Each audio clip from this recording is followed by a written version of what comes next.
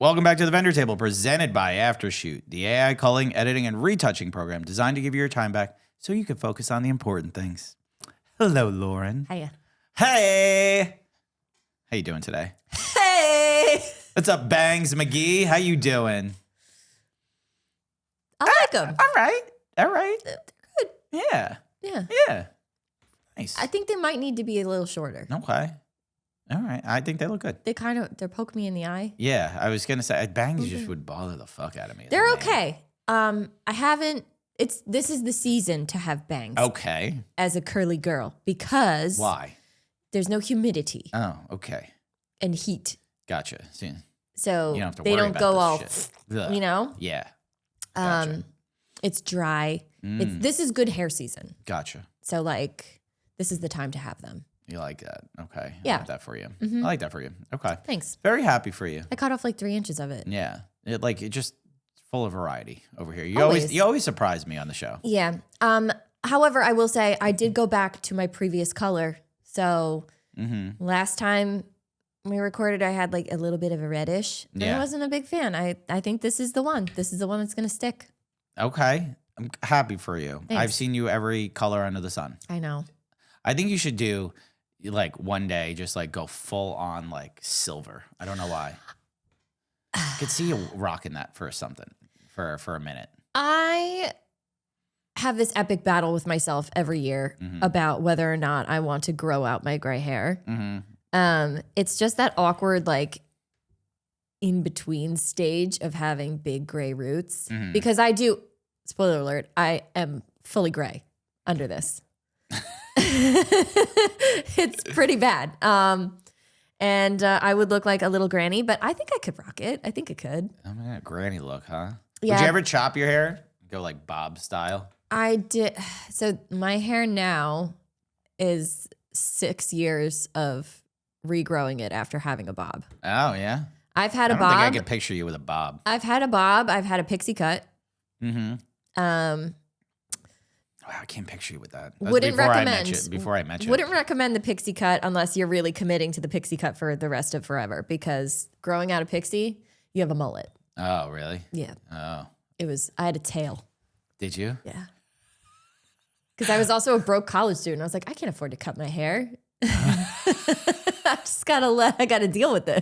Oh my God, really? Bad. Oh, yeah, wow. and I cut the pixie Oh my myself. God, I need to find those photos. I'll find them for you. Okay, Yeah. I need to see them. I mean, I haven't changed my hairstyle in probably 9 years. Men are so easy. Yeah. Before this, I was number 2 with the razor. Boom, taper. That's it. Okay. Now, just a little swoop thingy, and that's it. And I'm lucky I still have hair. So I don't know, man. Okay. Maybe one day I will let it just grow out, and in the interim, I'll just wear wigs. That'd be kind of cool. See you rocking a new wig every day. Yeah. Be kind of fun. Wigs are in right now. Are they? Yeah. Okay. I don't know these things. Okay. Would you wear a wig to a wedding? I would. Yeah. Yeah. Baller status. Okay. Cool. All right. Some of them are very convincing. Yeah. So we've obviously we record back to back, stuff like that. Okay. So worked a wedding this weekend. Okay. It was a really nice wedding. And I carpooled with our friend Vin from Lifestyle Films. I love Vin. Very. What? No, we did not take the ferry. We drove around. It was easy. It was literally took less time going to where I probably got ready in Connecticut. It took less time getting there than it would to Montauk. Oh, so okay. it was actually pretty quick. So there's rumor floating around. Okay, a little rumor. I was informed of this rumor. I was chatting about it on my trip up to Connecticut, but apparently the Breakers in Newport has been rumored to be the site of Taylor Swift's wedding. Okay, so a little story popped up that there was a couple that had their date set, I believe it was June 13th at the Breakers in Rhode Island, and they were approached by the venue to change their wedding date. The couple immediately said, no, we're not changing our wedding date. And the venue said, well, what if that person that wants to have your date pays for your wedding, your honeymoon, and a bunch of other things. So immediately thoughts pop up. It's Rhode Island. Taylor Swift lives there. Is the Breakers the site of her wedding? I don't know if you know the Breakers, but it is iconic, Gilded Age mansion. Really cool. Beautiful place. I could totally see it happening. And if she were to get married in Rhode Island, that is probably the one place I could see her getting married. It's like an earshot from her house, too. So that's rumored. June 13th, I believe, was the date. 13 being a number that she does her numerology, whatever shit with. So I'm interested, though, not in the fact that, okay, hey, she's moving her date and everything like that, but if she's choosing a Gilded Age type mansion like the Breakers, okay, which has host weddings, which is iconic as a venue. It's not really a wedding venue, but a lot of people get married there. That is going to be some fucking wedding. Some wedding. Because Breakers weddings are incredible. Incredible. And here's the thing where we're like, oh, if she elopes, we're not going to see any of the photos, things like that. No, she's having a big ass wedding. Here we go with this will start the trend shift. I have so many thoughts. Okay, here we go. Lauren's thoughts. I know she loves talking about Taylor Swift as much as I do.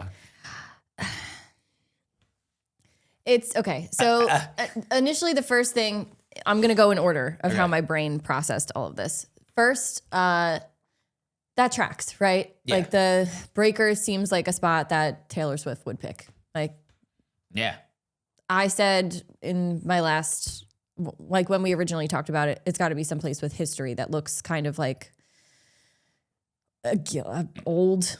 Yeah. Old. It kind of just goes with what I think of when I think of Taylor Swift. Mm-hmm. The second thing that I processed was imagine the venue that you chose to get married at approaches you and asks if you would move your wedding date because somebody else wants to get married on that date. And my initial thought was, go fuck yourself, right? Yeah. I picked that date. And then that person follows up with, what if this person pays for everything, your honeymoon? And then immediately I go, yeah, hell yeah, pay for all my shit. I'll move my date in a heartbeat. It's just a day, right? Yeah. And then my brain ping-ponged back to, that's so fucked up. Why do you say that? I think it's fucked up that you're throwing your celebrity status around in that way that you hijack the date of somebody else's wedding. Well, no. Okay, continue. I'll let you continue. Go ahead.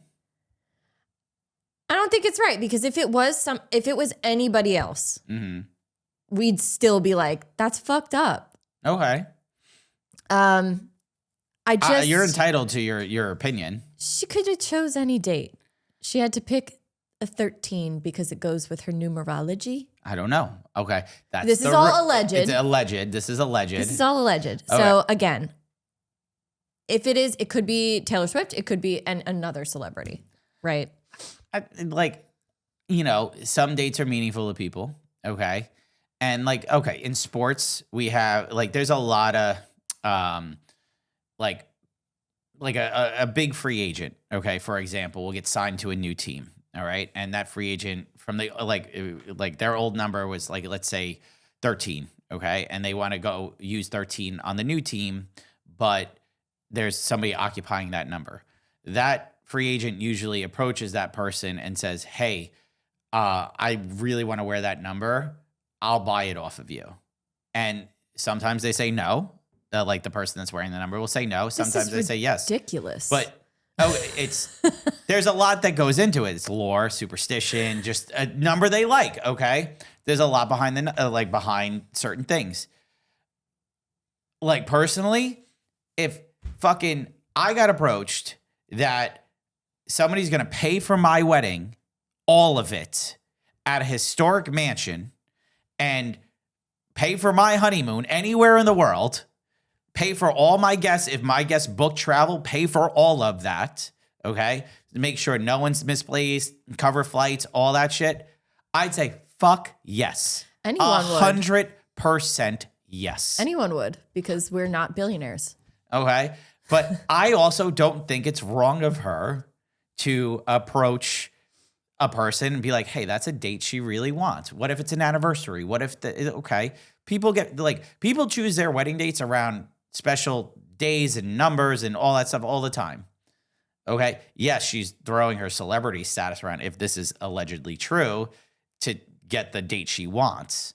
But people do that all the time with other things and other. So personally, the couple could just say, no, thank you. But I don't think, you know. No one would say, I mean, if they do say no, I'd be shocked. 100%. Because like imagine having the wedding of your dreams for free. Yeah. And honeymoon. Oh my God. Like, yeah, 100%. I just think all expenses paid trip to Bora Bora. Yeah, I know. You can do Bora Bora, Fiji, Hawaii, wherever you get. Like, go away for 2 months. I'm just fucking exhausted of hearing about people who are so much richer than the majority. I know. You know what I mean? It's a shitty time because it's a an lot of people awful are struggling time right now. I mean, we're in the middle of what we're in the middle of right now. I don't think much more needs to be said in that regard, but it is very frustrating to week in and week out here.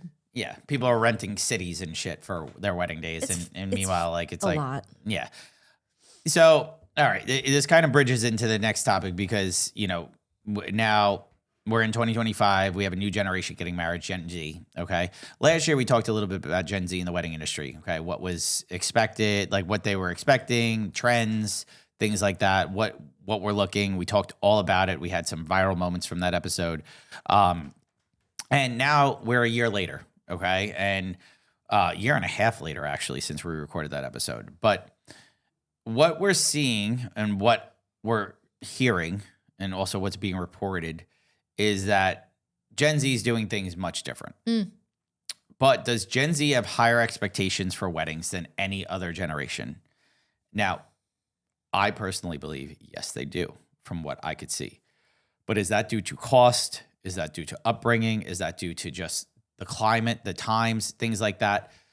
I personally see Gen Z having a slightly higher expectations for how a wedding is.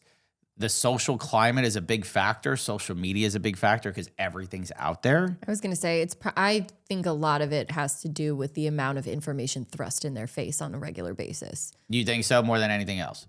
Yeah. I just think even me, myself, like every now and again, I'll catch myself like doom scrolling TikTok or Instagram. And I'm like, I get another ad that's like, you need this. Yeah. And I'm like, I fucking do. I absolutely do. And then I'm like, no, you don't. You really, really don't. You don't need to spend money on this.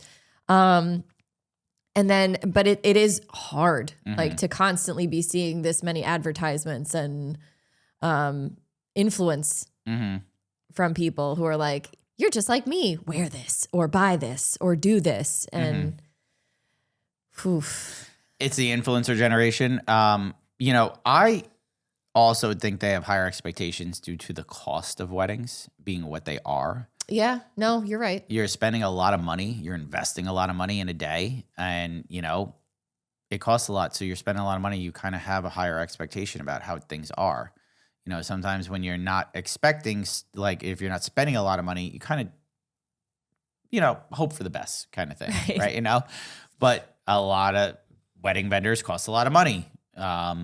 They invest a lot in it, so they have higher expectations. And obviously, the cost of weddings has gone up exponentially for the last 5 years. Probably 100% over the last 5-6 years. Like you could say. In the last 10 years, I could tell you my venue where I got married went from $100 a plate to $250 a plate. Okay, that's insane. It's 150% increase. And I know where you got married. Yeah, and it's not like the greatest place in the world. It's a nice place. No shade, but no shade. It's a wedding factory. But it's not like, oh my God, Ohika Castle or anything like that. So it's not worth that. If I'm going to be completely honest with you, but I do think there's a lot of higher expectations. I've noticed it a little bit, like with certain things over the last few years, like certain requests, certain things that couples are asking for, a lot more Pinterest boards being sent, a lot more,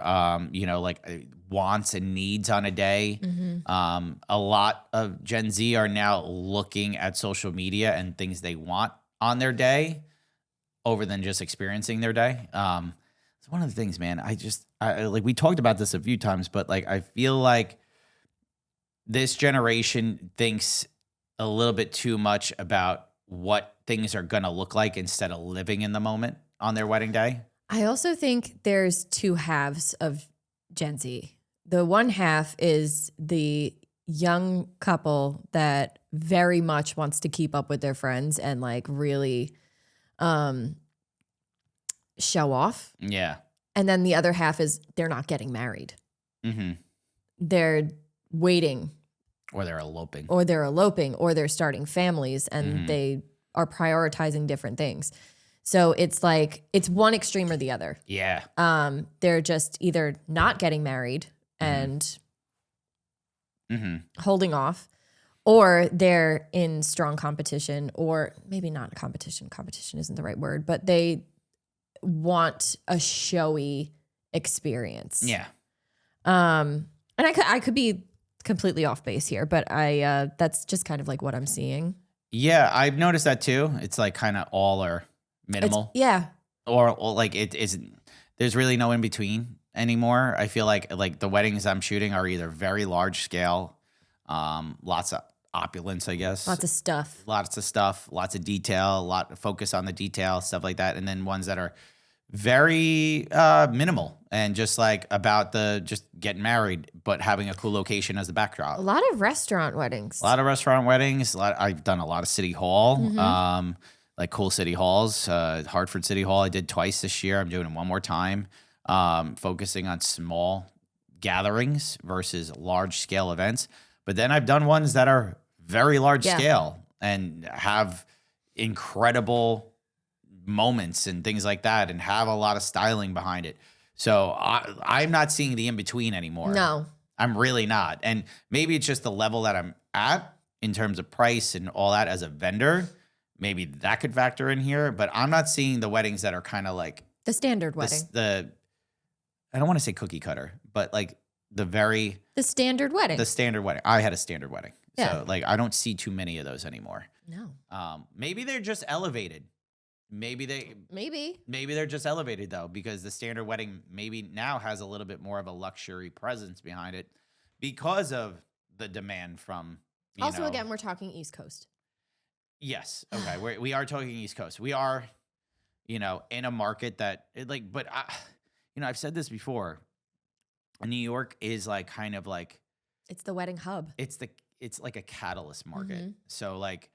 You have New York, I feel like the coast, it's New York and California kind of are like catalyst markets. Like what happens in these areas usually can set the tone for the rest of the country, if not the world, like and when things are done. Then you have like in Europe, like you have like, like Italy is a catalyst market. Everyone's getting married in Lake Como, and that's affecting international, Correct. Right? So you have markets like that where they affect certain things. But being in New York, it's a catalyst market where it does drive a lot of the industry that will see like the ripple effect. And it could be later down the road. It could be years later, stuff like that. So we're super excited to announce a partnership with Aftershoot. Aftershoot AI is designed to speed up and simplify every step of the process from importing, culling, editing, and exporting. Aftershoot truly changed the game for us as wedding photographers. I love Aftershoot. Isn't it so great? Yeah, culling is super easy. Editing is super easy. You train your own profile based on the way that you edit.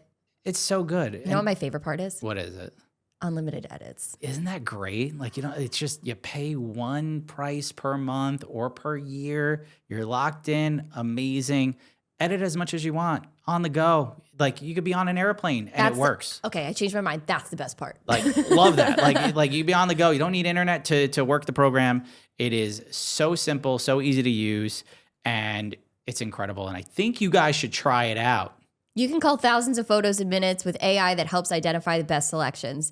Build an editing profile based on the way that you edit, or you can even select one from top industry pros. Export right into Lightroom, Capture One, or Bridge for fast and accurate results. So with an Aftershoot subscription, you get an all-in-one AI assistant that can cull, edit, crop, straighten, export, and now you could also retouch using it as well. No paying an extra, it's all included. You can try it for free for 30 days using the link in the show notes and use code TVT15 for 15% off a subscription purchase. So if you've been listening to us for a while, you know that our website is powered by Pixie Set, not only for the vendor table, but for our own personal businesses. How long you been using Pixie Set? Oh my gosh. I've been using Pixie Set, I think, for the last 8 years. Damn, that's a long time. You know how long I've been on Pixie Set for? A lot longer than me. 2014 is my first gallery, and it's still up there, which is crazy. Why did you pick Pixie Set? It was just the easy use. I'll be honest with you, is the most easy platform to use. You upload your galleries to it, and bam, they're there. Easy access. You could password protect it, pin code protected. So if you want people to download the photos, you just give them the pin code. It like makes downloading really easy. They could favorite, they could save, they could even, there's a shop attached to it. So you want to order prints? Boom, directly through their gallery.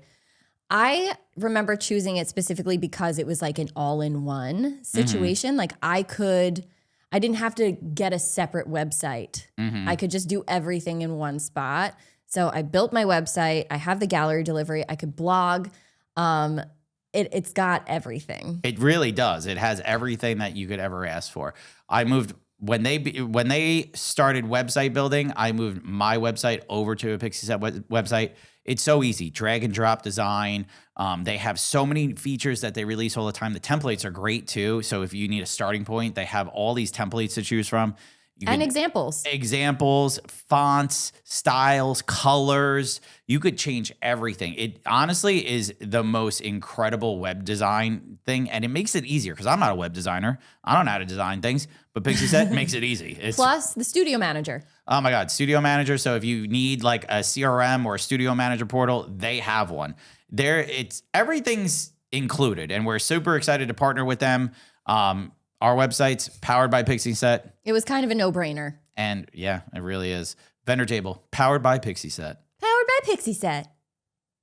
But what we're seeing is like that effect kind of take place. So it's very interesting because I think Gen Z, with getting married today, I have seen the higher expectations come about. And you know, it's not even just from my own couples. Like my own couples like have been amazing. It's more the fact of like, I've seen a lot more requests for certain things, like more shots, more details. Like, you know, like it used to be like styling details in the morning was like a couple of things. Now it's like a box of like 20 things, which I love doing, but it's you know, I factor in that time because you have a lot of details. I love that stuff. So I've seen it. It's a lot of emphasis on the stuff at times. Yeah.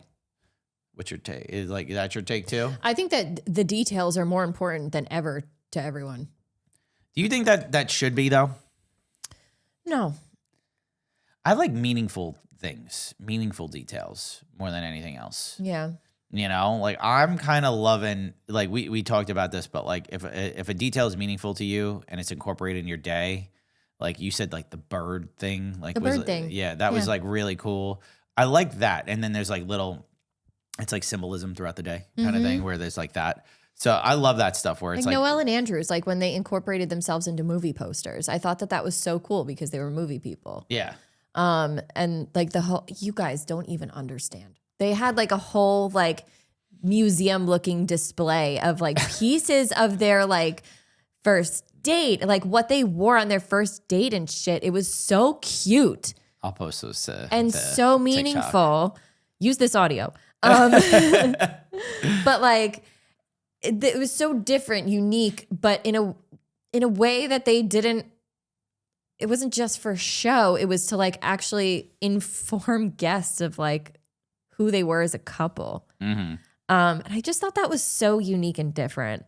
Not saying everyone has to do that, but I think we're focusing a lot on details that are purely aesthetic. Yeah. Because it looks pretty. Yeah. And I don't think we need to do that. I don't think we really I don't think you really need to do that. Like incorporate something that's meaningful to you. And like make that part of the thing. Like if you like birds, throw birds in there. We saw that really awesome, you did this. It was their table or seating chart was books. Yeah, love that. Fucking cool. Yeah, really cool. Yeah, like that was really part of their day. Like the book people, there was a book on every table. Amazing. It was awesome. Like, so they incorporated something that was meaningful. It also looked cool. So I love that part. I really do. because less about the stuff and more about them. Details. Listen, if you want to do details, absolutely go for it, but do it somehow in a way that is like especially meaningful to you as a couple. I mean, you're going to do whatever the fuck you want anyway, but just whatever. Spend your money how you want. Yes. That's the most. Do whatever the fuck you want. To us, like from outsiders looking in, the most notable things that we remember are the ones that have a very personal or unique touch to them that we have not seen before. Yeah. So true. It's so true. And I think they hit the hardest and they make your day the most memorable. I remember I photographed, and it was an elopement. It was a small wedding at their employer's residence. This was a couple years ago. And every piece of furniture, every piece of glassware, everything was antiqued or thrifted. I love that. So every glass on the table was different. I love that. The linens, everything. And I was just like, this is so interesting. It was so colorful and different and unique. Every chair was different. Ooh, I like that. It was so cool. Like mishmash of Even down to her dress. She had like an Oscar de la Renta gown and it had color all over it. Wow. And it was like very Stevie Nicks. It was so unique and different. That's cool. I like just that shit. Yeah, it was fucking dope. And I just feel like I want to see more of that. Yeah. Well, like that's be different. Be different. I think that is really cool. So today, like we're halfway through the episode, but like one of the things that is like, wow, we didn't even get like to two of these. Yeah. So the one of the things, and we're gonna run through these pretty quickly because a lot of these are repeat through the year. So what I did was we're kind of like predicting wedding photography trends for 2026. These are photography trends, okay? Yeah, just photography trends. Just photography trends for this because photography does impact weddings as a whole and stuff like that. But we want, like, being photographers, we want to talk about, the top wedding. We're so biased. Oh my God, it's the photography table. Listen, we never thought it would be the vendor table. We really did think that this was just going to be a photography podcast, guys. It was you did this to us. Okay? You got me talking about Taylor Swift. Which is great, by the way. I love this. I don't. All right. So let's break down. So what I did was I had ChatGPT basically compile a list of wedding photography trends for 2026 from various sources. So this is from all over the place, all over the internet. If there was a blog post like written about trends, it analyzed it, broke it down, everything like that, and spit out like 17 basically wedding photography trends to look out for 2026. Okay. All right. Number 1 on the list, blurred action wedding photography. I don't think, action photography. Photography. Motion blur. Blur with intention, I think, has become very, very good over the last couple of years. It went from being blurry trash to now blur with intention, and it looks great. Yeah. I think it's eliminating the blur for the sake of blur. Yes. And now we're moving towards storytelling blur. Yes. Intentional blur. I still see photographers blurring details and doing that stuff, which I can't fucking stand. But at the same point, you want to do it, do it. Okay? If your couples like it, do it. But at the same point, I still think it looks like trash. I don't much care for it. Okay. But yeah, I agree. I think that blur movement is going nowhere. I'm starting to really like it, but blurring with intention, doing it once in a while, not delivering a gallery full of blur that looks like a toddler took it. It's more the fact of like they're moving quickly. There's intention behind it. Like it looks chaotic. It looks like, I love that kind of level of blur. I've learned to embrace it. And like, if you go back 2 years where we talked about blurry trash, I feel like I'm biting my tongue a little bit on certain things. But at the same point, I think blurred action wedding photography is going to stick around in 2026. Susan Stripling does it really well. She does. Oh, Susan's fucking talented. We're going to have Susan in the studio. We are working on a date. We're trying because she's like, I want to have her in the studio. She's great. Next one, go ahead. True to life color photography, which we have said You're seeing more and more people don't want the shift in hue or white balance or anything like that. You're starting to see couples want true to color, true to life photography. They want the colors that they picked to be represented on their day. Accurate skin tones. Yep. It's timeless. But also, if there is any type of stylization to the images, it looks like film. Yes. So we're seeing like trends towards people shifting their editing style towards like a filmic presentation. If you've seen Phil Chester's presets, like the Daydreamer, that's very popular right now. So I think like if moving forward, I think a lot of the photographers, we hate this too. It's just like everyone's work is going to look the same. I see it a lot. Like I sometimes I can't tell people's work apart, but that's been like that for years. Like, you know, it had the warm trend. I couldn't tell a lot of people's work apart and stuff like that. Like the preset packs and all this. You buy a preset pack and it'd be like, oh, I can't tell who shot that. You're shooting on the same camera, same lens, same style, blah, blah, blah. Couldn't tell. So for me personally, I've shifted my work to be a lot more true to color in terms of, but I still retain my overall look and feel. It just, I went less warm.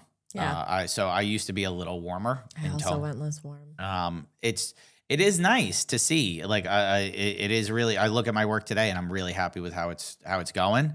I look at my work previously and I'm like, I still like it, but it's just not. It kind of has a little dated look to it. I don't think this will date itself as much as in years past. Number 3 is messy detail shots.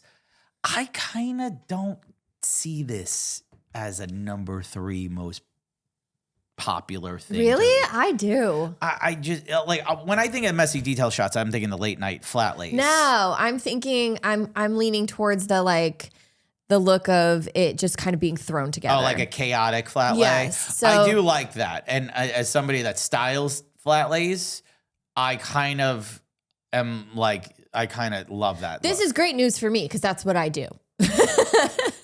Horrible news for me. This is great news for me.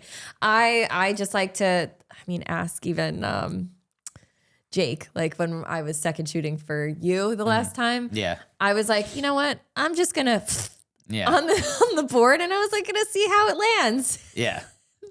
That's how I liked it most. Yeah. If it works, it works. I mean, personally, I think my couples still book me for the detail shots, like the flat lay and I don't stylist. think that's why they book you. I think that it's a nice bonus and perk as to why they like they it. book you. They They like it. They like but it. I think they book you for other reasons other than your flat lays. Okay. Probably for your talent. Listen, if I could do away with the flat lay kit, I've said this numerous times. I don't want to do this. Like legitimately, I bring in a board and a fucking tackle box to every wedding. You think I want to do that? You think I want to do that? Not really, but I dug my own grave. You don't have to. I don't, but now I feel But I do. But like couples got to expect Look what you it. did to yourself. No, you know what I have to do is like, I'm going to slowly evolve. Like I have to like slowly, if I'm going to do this, I'm You going have to devolve. Devolve. Which sucks. Okay, but like Look at you conforming. You know what it is? It's like I still like a really nice, intricate flat lay. Oh, I think they're beautiful. Okay, like I really do like styling them, but at the same point, like I get it might not be for everybody. So like I love an Apollo Fields flat lay. Yeah, they do really nice, really nice Jen Lamb flat lays. Mm-hmm. I like the overly styled ones. I still do, but I also like the messy ones. So I could see it being both ways. Oh God, now you're gonna have to add in another I'm so confused. 15 minutes for the messy flat lay. Yeah, just like I'm just gonna. You know what I'm gonna do? I'm gonna Josh do Huggett's over there just going, "What the fuck are you all doing?" You know what I'm gonna do? I'm gonna do the stylized one and just knock it over and just see where it goes. Yeah, you know, just be like, all right, there it is.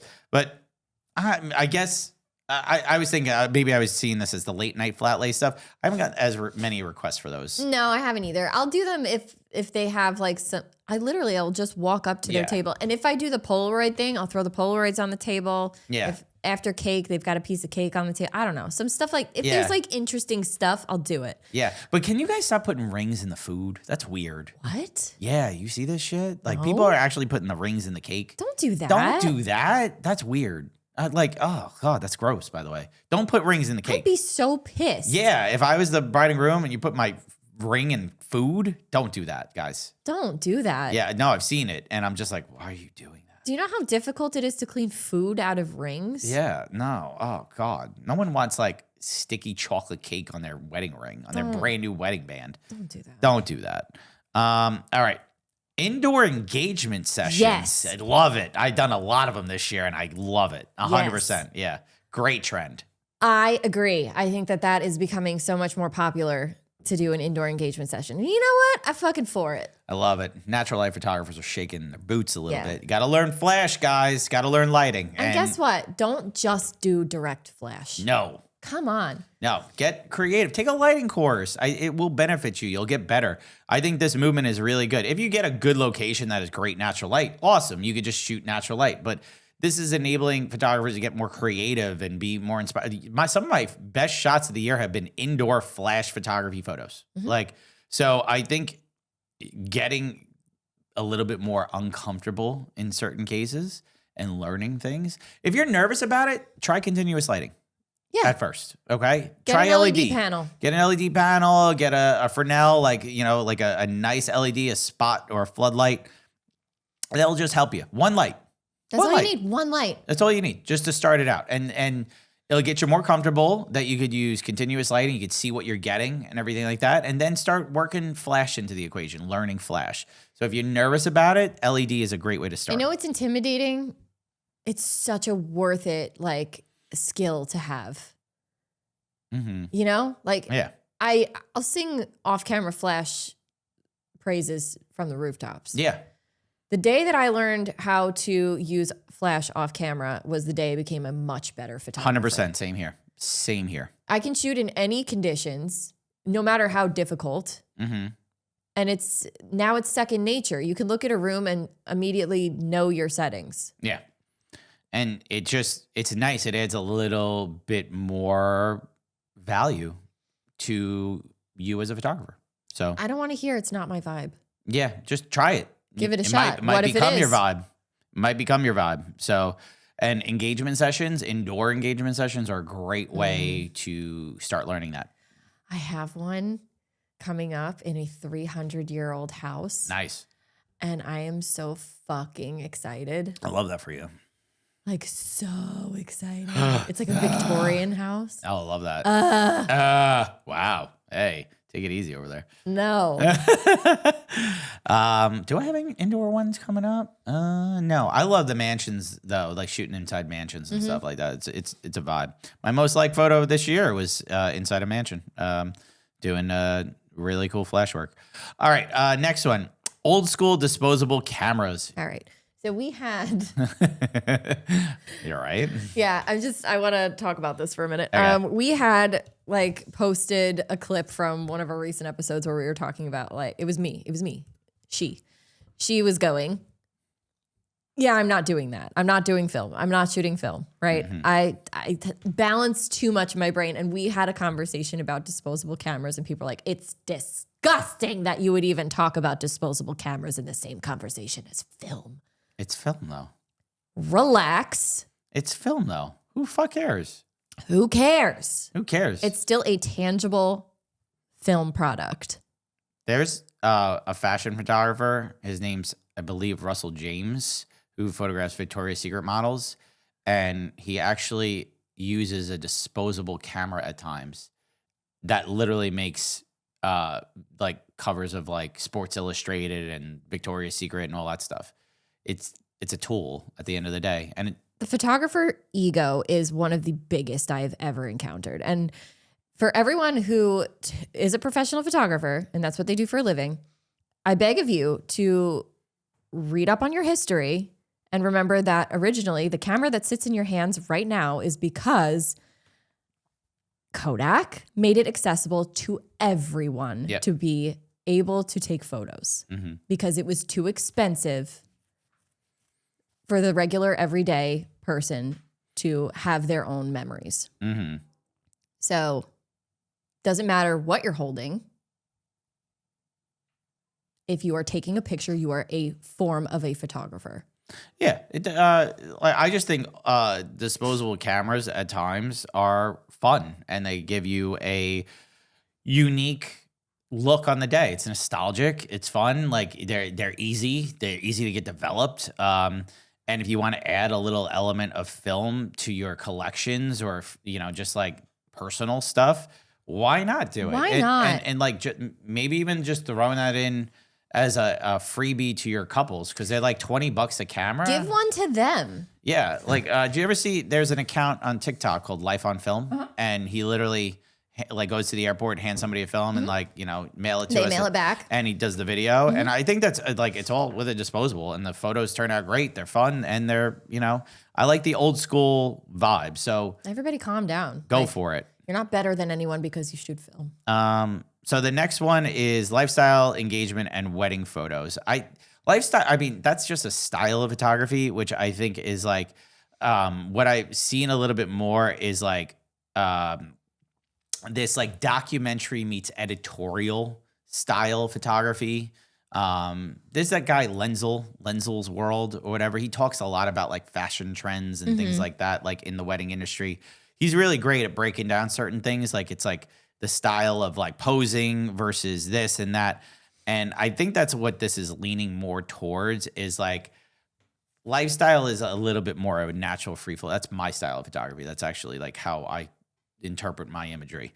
So it's posed, but it's free flow. So it's like you're putting couples in the best position to get the best possible results, but moving them a lot more, using movement and stuff like that. So I see that continuing to be popular. It is popular. It's always been popular. So that's a valid trend for 2026. There's like 3 on here that are just like conflicting. They're kind of like the same thing. The same thing. Yeah. Or like basically saying like lifestyle, engagement, and wedding photos, documentary or photojournalistic photography, which I mean, yeah, we've seen that. Yeah. That's documentary and photojournalist photography is not going anywhere. I think it's more the fact of like some photographers are making the day completely documentary. Right. Or they're going completely photojournalistic and being all hands off. So I do think, it's valid to be here. Photography with the couple's point of view is interesting though. That is interesting. I've seen that a little bit. I have seen like some people like you've seen the one where like the photographer puts their arms around like the spinner. Yeah. And they spin with the couple. Yeah. Which I always thought was so cute, and I've never tried it. I've never tried it either. I have the lens to do it now. Yeah. Like a 15 millimeter could get that shot. Wedding vendors. Do you need a contract? The Legal Paige is a legal education platform for small businesses and a contract template shop. They help you get legally legit in minutes. So we're super excited to partner with them. Lauren, I know you've been using them for a long time, and I started using them last year. Damn. Listen, on top of being one of my favorite people in the universe, Paige has created such an amazing resource for wedding vendors. They are the resource for wedding pros looking for full-length contracts, short forms, a la carte clauses. So whether you're a photographer, videographer, planner, florist, DJ, you name it, the Legal Paige has a contract that will make your business legally legit. All contracts have been reviewed and critiqued by industry-leading professionals and come with free future updates made by the Legal Paige's legal team. So Paige also is a retired wedding and family photographer, but she is an attorney, so she has a very unique perspective and expertise when it comes to photography contracts. She offers free education through their blog posts, podcast episodes, and YouTube channel. You know what's super cool about this, Lauren? What? We got a code. I love codes. Right? So you could use code TBT10, and you know what that gets you? 10% off. Anything in the shop. So you want to get your business legally legit? Check out the Legal Paige. Super excited to announce a partnership with Blacksmith Print Co. Look at this thick bitch. Oh, God. Yo, she's spicy. I love her. Yeah. So Blacksmith brings quality, simplicity, and a boutique customer service to photographers looking to upgrade their album experience. These things are fucking good. Beautiful. I mean, we picked them up. Like, we got Brady, the owner, sent us these sample albums with our photos in them. One, they look gorgeous. Color was fantastic. Spot fucking on. Beautiful, beautiful albums. Super thick, super heavy. He also walked us through the like design process and onboarding personally. Yeah. And he does that for every single client that he books. Yeah. And I love that personalized experience. So the albums included, like what he offers, 8x8, 10x10, 12x12 sizes available. So included with an album purchase is premium packaging, free shipping, any cover material. They have leather, linen, embossed names, raised letters, cameo window option, and embossing foil. So you could like, see your names and everything like that. 90% of orders ship within 7 business days, and ordering is super easy right through the website. Blacksmith only takes 30 to 50 new photographers a year who are looking to order 15 albums a year or more. A special offer for Vendor Table listeners who qualify will get $500 of album credits towards your first sample when you mention the Vendor Table in the How Did You Hear About Us section when applying on Blacksmith's website. So check them out for yourself at blacksmithprintco.com. It's yeah. It is cute. I've seen a couple, like the photographer will give the couple their camera. I've seen it a lot with film. Yeah. And they'll taking photos of each other. Like they'll actually go to a mirror, like a classy mirror, and he'll set it up and take the photo. Like the groom or the bride will take a photo with their camera, and that's like the shot. Like that will be the shot, like of them taking the photo. So it's like really cool. It's like a mirror shot, like mirror selfie. You see, you'll actually see the groom or the bride taking the photo. And I think it's like a really cool perspective. I've seen that, but why not show a little bit more of the couple's point of view? Something different. That's where the disposable could come into play. If you hand the couple a disposable and just like say, here, a lot of couples do their own disposables throughout the day, but that would be kind of fun to do that. Yeah. Then you have editorial style engagement shoots.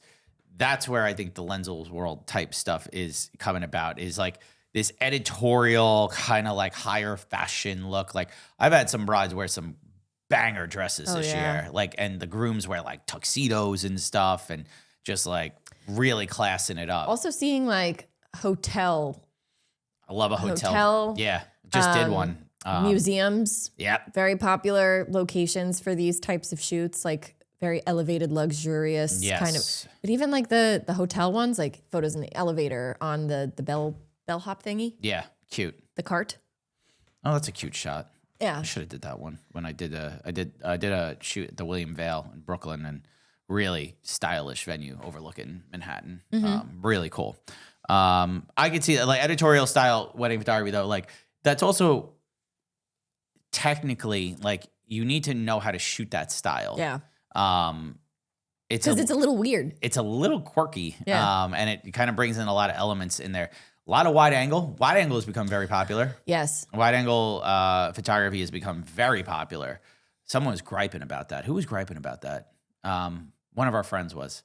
I'm not going to mention her name. I'm not going to say. I'm not going to mention her name. I'm going to save it. But a lot of wide angle. A lot of wide angle, a lot of like getting the surrounding features, because a lot of these places have unique architecture or unique lighting that lays into the architecture. And it's one thing to do portraits with like a portrait lens, but when you want to get a whole vibe, you got to get the whole scene. Yeah. Mm-hmm. Like a lot of Vegas photos are wide angle. Because there's lots of fucking lights, color, crazy. Yep. I invested in the RF 15 and 35 this year, and it's been the best investment I've made. I think some of my favorite shots this year were on that lens, like just unbelievable, unbelievable lens. And I think more photographers should look into a wider angle.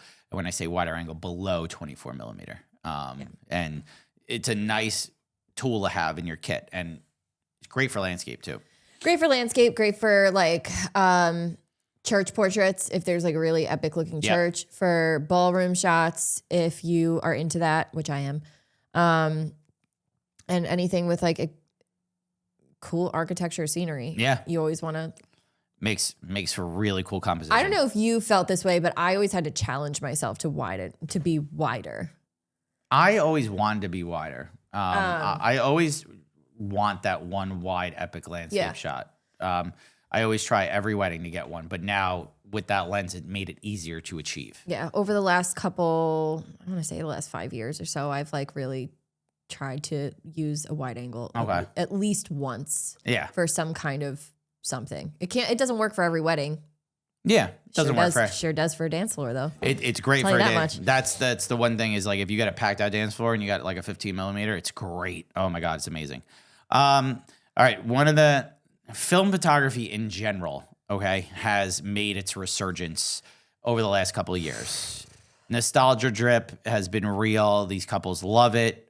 Gen Z loves it. Like between 35 millimeter to even photographers incorporating Super 8 videographers. Medium format has been big. Film photography in general has seen its resurgence, and more couples are demanding it.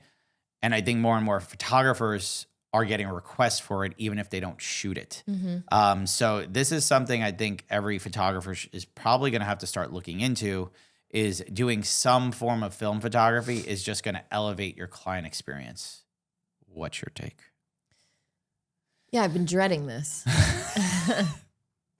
It's not even that like I don't like film. I love film. But it's just one more thing I have to fucking focus my brain on. It slows you down a little bit. Like film in itself, like I work very fast. I could see videographers getting fucking pissed off at me. Like, hold on, I have to set this up. They can't move. I gotta like, you know, like Let me meet her.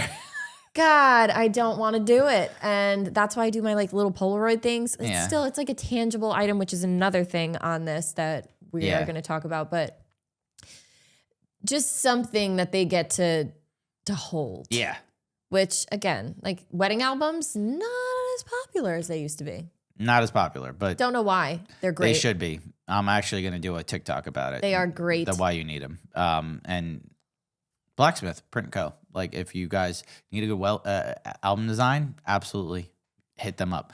But it's the truth though. I had a lot of couples order albums over the last year. This year in particular, 2025, I had out of my 35 couples, I had 17 order albums in their initial collection. So I don't know if albums are going away. It's how you present them. Yeah. So maybe how you're incentivizing your couples to get albums, that's important. You just touched on intangible visual keepsakes. That's Polaroids. That's something that they can walk away with. I've seen, like I used to do it. I don't do it anymore. But like every year, every so often, I'll go through this phase of giving Polaroids to the couple. And then like my Instax breaks and I just don't buy a new one for the year kind of thing. And that's what happened this year. My Instax broke and I was like, oh, fuck it, whatever. But it is a nice little thing to hand the couple at the end of the night. Get like, you know, you could Bluetooth your phone to it and like, you know, print, you could use it as a printer. You get like the Instax printer. And it's nice, and it does like make them light up a little bit. They get to see like a little, I mean, for me, what I use it for is I literally will Bluetooth some of the photos from the day, 10, because each pack is like 10 photos. And I'll send them during a break because I always factor in buffer time. When I have that 1 hour of buffer time pre-ceremony, I'll go and like print off a couple images, put it on their table, bing, bang, boom. They sit down. They're like, it's great. Yeah. It's such a good feeling. Mm-hmm. And something that they get to walk away with. But yeah, this is going to keep, I think it's going to be a thing. I always see it's cyclical. Like I see a lot of people wanting it and then it goes away and comes back. It's every couple of years. I think if you've incorporated it, keep it going kind of thing. But even going to like the little watercolor artists, right? Yeah. Those types of things. Like that's a little keepsake tangible item. It's not a photography related one, but it's still like a thing that people love. Yeah. I do like it. And I think it's not going anywhere. All right. Next one is drone photography.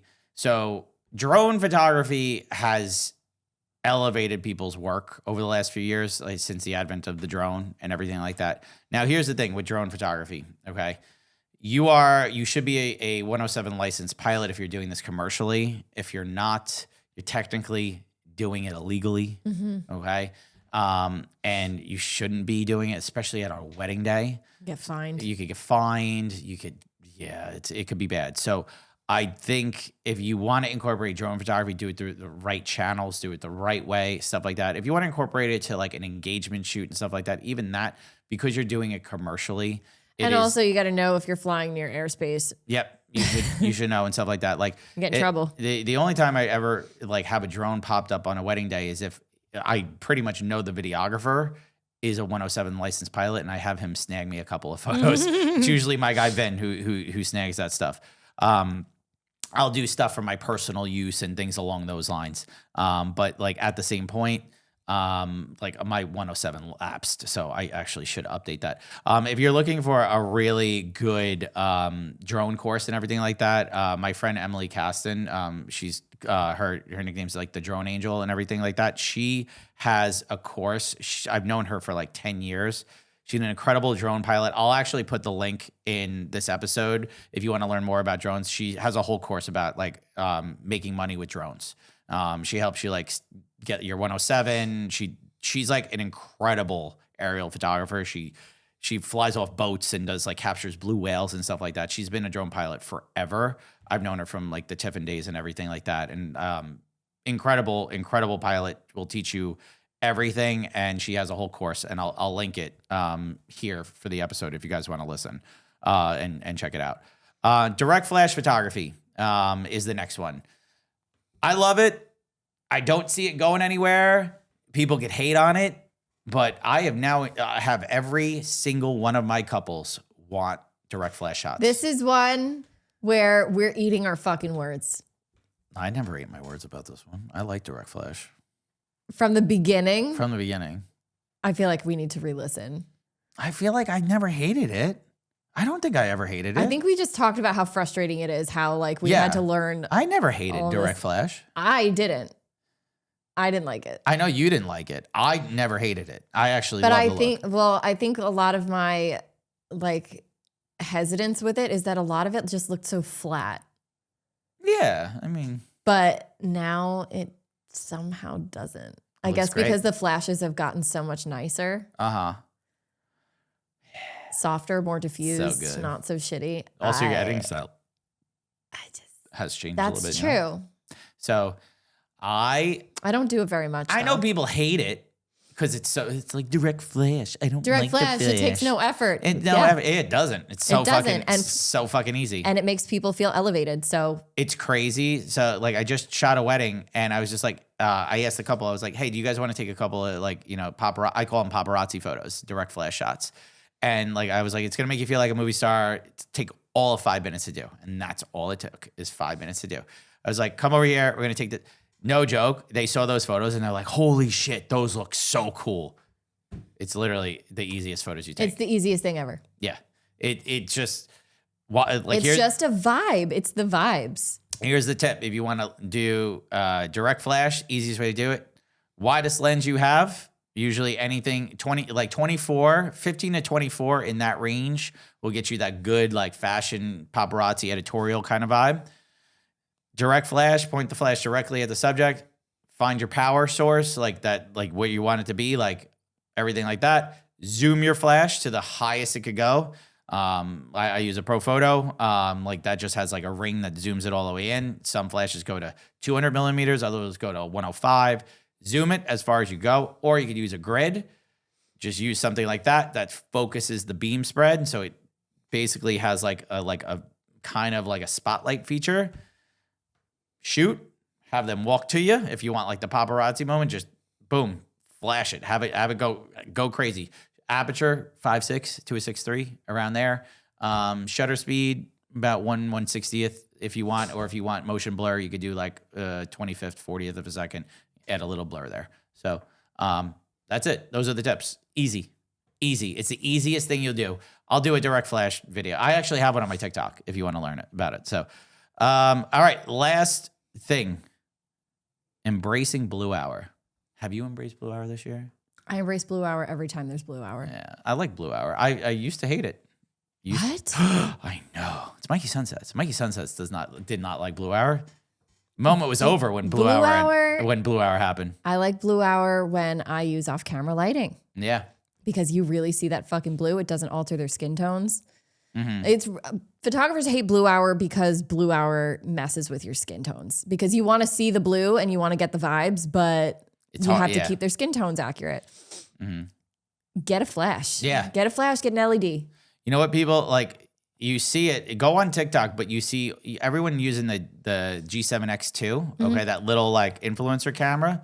You know why they like it is because of that flash. And they're taking photos at blue hour with that flash, and it looks really good. Yeah. So that's why people are loving that look. But blue hour, I've learned to embrace a little bit more. Because of the fact of like, hey, yeah, you could add flash. Even like shooting natural light. Like I just like the vibes of like it's moody, it's over. It looks great in black and white too. One of my favorite photos, like I still can't quit this photo, right? Like I have it on my website. It's like one of my like feature, like my homepage Google feed like picture. I can't quit this photo, and I took it like 4 years ago, but it was during blue hour. I backlit them, and it's just so pretty. Nice. The colors, the fucking everything, the glow coming off of their skin from, I love it so much, and I can't stop. I will not get rid of it. All right. Yeah, it lives rent free in my head. Yeah. I love a good blue hour shot when done right. You could really have like some banger moments, but I've started bringing my flash a lot more on outdoor sessions just to see if like, hey, like maybe we could pull something off and things along those lines. And I'll be honest with you, I'm pretty excited, like to see those results, and see this trend kind of pick up a little bit more. I was not really a blue hour lover. Okay. But I'd say over the last 2 years, I started embracing blue hour a little bit more. And it's cool to see that it's like, it's on this list. There's a lot of this is like things that kind of have been trendy for the last couple of years. Yeah. I'm interested to see if there's something new that comes about that isn't on this list. What could it be? Like, could it be something that we're not even talking about? Could it be like, I don't know, like photographers, like now that that Sony has that rolling shutter, grabbing like snippet little like GIFs or something like that. Like, I still do GIFs, but like it's. You know who does GIFs really well? Henry's Diary. Not only Henry's Diary, but these two are buddies on the internet. Maddie May. Chewy. Oh yeah. They're so good. Maddie does them too. Yeah. Adventure Instead, who I think is coming on the show in the new year. So you guys wanted a destination wedding photographer. We might have the right person. You might have the perfect person. Yeah. So we're trying to get Maddie. We've had so many destination wedding photographers reach out to us to talk about this, or people requesting destination wedding photographers. We've been waiting for Maddie. Yeah. Sorry guys. We want Maddie. We want Maddie. Like she is the queen of destination photography. I dribbled. Oh, excuse me. Owie. So we're hoping that Maddie comes in the new year. Yeah. We're in talks for that. So a lot of fun things in store. A lot of this episode will come out after we were at WIPA. Hopefully that went well. Yeah, I hope it goes good. Oh, great. Good luck to us. Good luck to us. Go future us. Go future us indeed. They're not future us. I guess technically it's past us. Oh, God, shut up. Would you stop with this? We're inceptioning right now. WPBI, get your tickets. Get your ticks. Yeah, we're going to be there. That's going to be fun. A lot of people we know are going to be there. We're excited for that. A lot of big things coming up. Also, we can announce this. We're going to be in Alabama. Alabama. We're going down south. Down south to Alabama, April 14th and 15th for club content with Preston Luke. Cassidy Lynn. Cassidy's going to be there. Our friend Stacey Brooks is going to be there. Who else is going to be there? Danielle Sims, it's at Stonehaven. That is a incredible venue. That is a newer venue. Danielle, I think, is the owner of Stonehaven. Just if you guys look up Stonehaven weddings on Instagram, stunning. We're like, this is in Alabama. Crazy. Don't come for us, Alabama. Like, sorry guys. Like that is not who I want to be dealing with right now. But When I think of Alabama, that's not what I'm thinking of. No. You know, I'm thinking Tuscaloosa with Alabama football and stuff like that. Roll Tide. That's what I'm thinking about. But we'll be there April 14th and 15th. So this episode's coming out in a few weeks. I'm thinking they're probably selling out that club content by then. I can't wait. But we're going to be there. We're really excited. Preston asked us to come and do something and speak and all that stuff. And we got our friends, our buddies there too. So that's fun. So a lot of big things for the vendor table. Look at us jet setting all over. Fuck God, more travel with you. Ew. Oh. Hey, you said you were going to be nice to me today. I was nice for an hour, 2 hours and almost 2 hours, an hour and 55 minutes. Okay. That's my max. All right, now she's gonna cry and make me feel bad. Is she? I can't. It's okay. Just got called ugly this week. You're being mean. You didn't say anything about my loafers. I didn't even see your loafers. You got loafers. I got loafers, and actually, oh my God, you look like, that's like Summer Grace. We match. You look like Summer. I've got the same color green on my. Oh yeah. Cool. I like that. Look at that. Yeah. That's the second time we've matched now. God damn it! I know we matched at a wedding, and it was terrible. I was like, you really had to wear your green blazer when I'm wearing my green blazer? Damn it. All right, Lauren, let's wrap this episode up. Okay. Where can they find you? You can find me at LaurenO'BrienPhoto.com. What's wrong with me today? You can't do your outro. No. Okay. Try it again, Lauren. Okay. You can find me at LaurenO'BrienPhoto.com and Lauren O'Brien Photo and the Feral Photog on Instagram and TikTok. Mike, where can they find you? At Michael Casaro Photo on Instagram, TikTok, as well as my website. And you can find us at the Vendor Table Pod on Instagram, TikTok, YouTube, as well as our Facebook group. Guys, it's been fun. And merch is out. Get your merch. Merch is out. Hoping to get new designs soon, too, for the shop. Guys, it's been fun. We'll catch you next time. Okay, bye.